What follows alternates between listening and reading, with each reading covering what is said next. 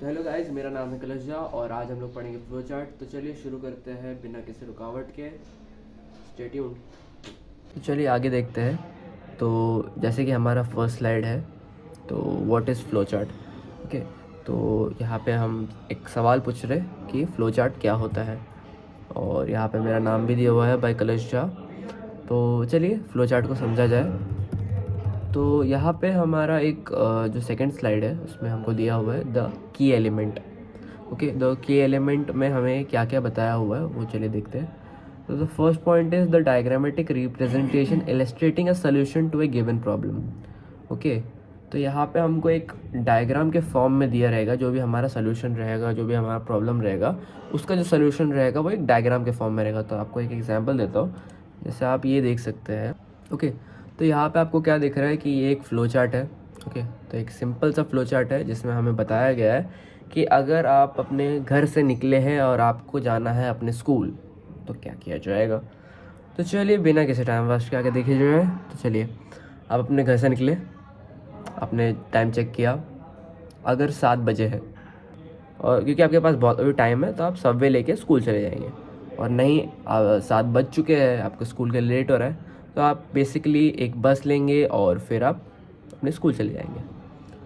तो ये था हमारा डायग्रामेटिक रिप्रेजेंटेशन, जो मैंने आपको फ्लो चार्ट भी थोड़ा समझा दिया। अब आते हैं हमारे सेकेंड पॉइंट पे। allows to break down any process into smaller steps and display them in a visually pleasing way। तो यहाँ पे इसने 2 बात बताई है। पहले तो कि ये हमको जो प्रोसेस है उसको ब्रेक डाउन करने में हेल्प करता है और इसको एक स्मॉलर स्टेप्स में दिखाएगा, ठीक है, और इसको एक विजुअली प्लीजिंग वे में। अभी अगर मैं आपको बताऊँ, जैसे आपने ये फ्लो चार्ट देखा, तो ये फ्लो चार्ट देखने के बाद आपको ज़्यादा कुछ इंटरप्रेट करने की ज़रूरत नहीं है। आपका दिमाग को उतना दम लगाने की ज़रूरत नहीं है कि हाँ भाई इसको समझना कैसे है, और ये एरोज़ के थ्रू तो बहुत इजी हो जाता है समझना कि विजुअली प्लीजिंग वे में हमें बताया जाता है। Coming back to the third slide, advantages of flow chart. Okay, तो जो हमारा फर्स्ट है यानी इजी टू मेक है। अगर आपका हाथ बैठ जाएगा तो आपको ज़्यादा टाइम नहीं लगेगा इसको बनाने में।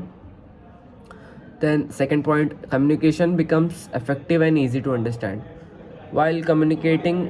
अगर आप किसी से कम्युनिकेट करना चाहते हैं तो फ्लो चार्ट एक बहुत अच्छा ऑप्शन हो सकता है, क्योंकि ये ईजी है अंडरस्टैंड करने के लिए। लोग जल्दी समझ जाते हैं एज़ कम्पेयर टू आप एक बहुत लंबा पैराग्राफ लिखे। हमारा जो थर्ड पॉइंट है कि mistakes can be easily identified. अभी फ्लो चार्ट है, आपने कुछ गलती किया तो आप इजीली आइडेंटिफाई कर सकते हैं कि आपने वहाँ पे क्या गलती किया है। आपको ज़्यादा उसके पीछे दिमाग लगाने की ज़रूरत नहीं पड़ेगी। जबकि एक पैराग्राफ में अगर आपने कुछ गलती किया तो शायद आपको पता भी ना चले कि आपने कुछ गलती की है। तो जो कि हमारा फोर्थ पॉइंट भी कह रहा है, यानी analysis become effective. While using flow chart आपका एनालिसिस बहुत इफेक्टिव हो जाता है as compare to writing any a paragraph. Okay, let's come to the next point, that is synthesis become effectual. यानी सिंथेसिस इन द सेंस यहाँ पे है कि आपका जो फॉर्मेशन, यानी आप एक बार अगर फ्लो चार्ट देखोगे, ठीक है, तो आपको चीज़ें जोड़ने में बहुत इजी पड़ेगी while comparing to a paragraph. मैं यूजुअली आपको पैराग्राफ से ही इसलिए करा रहा हूँ क्योंकि आपका अभी तक ऐसे किसी अलग चीज़ से ऐसे मतभेद नहीं हुआ है। ओके, काफ़ी डार्क हिंदी था। ओके, ठीक है, जैसे हम बात कर रहे हैं कि डिबगिंग बिकम्स पॉसिबल। हमें जो एरर फाइंड आउट करना है वो थोड़ा इजी पड़ जाता है, क्योंकि फ्लो चार्ट है, आपको सामने सामने कुछ ही शब्दों में लिखा रहता है कि क्या करना है, तो इजी पड़ता है। Coming to the last point, logics can be easily interpreted. तो जैसे अगर आपने फ्लो चार्ट पढ़ा, आपको ईजिली आप लॉजिक क्रिएट किया जा सकता है, आपको ज़्यादा सोचने की ज़रूरत नहीं है। ओके, चलिए आगे बढ़ते हैं। ये हमारे पास कुछ सिंबल्स है। ये है हमारा ओवल शेप, यानी हमारा स्टार्ट या एंड, जैसे हमने फ्लो चार्ट में देखा था वो पिछले वाले एग्जाम्पल में। तो ये स्टार्ट या एंड है। ये आप ओवल तब बनाओगे जब आपको अपना फ्लो चार्ट स्टार्ट करना है या तो अपना फ्लो चार्ट एंड करना है। तो यहाँ पे हम बता देते हैं, जैसे इसके फंक्शन क्या है। Oval, and Oval represents a start और एंड पॉइंट, ठीक है। तो हमारा जो ओवल है वो स्टार्ट या एंड पॉइंट रिप्रेजेंट करता है, इसका फंक्शन है। Coming back to the second, that is our arrow. तो arrow, what is an arrow? तो a line is a connector, ठीक है, that shows the relationship between the representative shapes, okay. तो यहाँ पे जो हमारा लाइन है वो एक एरो की तरह एक्ट करता है। तो यहाँ पे एक एरो क्या होता है, एरो एक कनेक्शन दिखाता है दो शेप्स के बीच में, कि हाँ भाई ये प्रोसेस के बाद ये प्रोसेस होने वाला है, उसके बाद ये चीज़ होगी, ये होगी, ये होगी। समझे chronology? Very good. Coming back to our third shape, that is, ये बीच वाले को बाद में करेंगे, okay. Coming back to our third shape, that is our parallelogram. तो पैरेललोग्राम इसको क्यों यूज़ करते हैं? ताकि हम अपना इनपुट या आउटपुट बता सकें, ठीक है। जैसे ये फ़ोटो में देखा जाए तो हमने चेक टाइम के लिए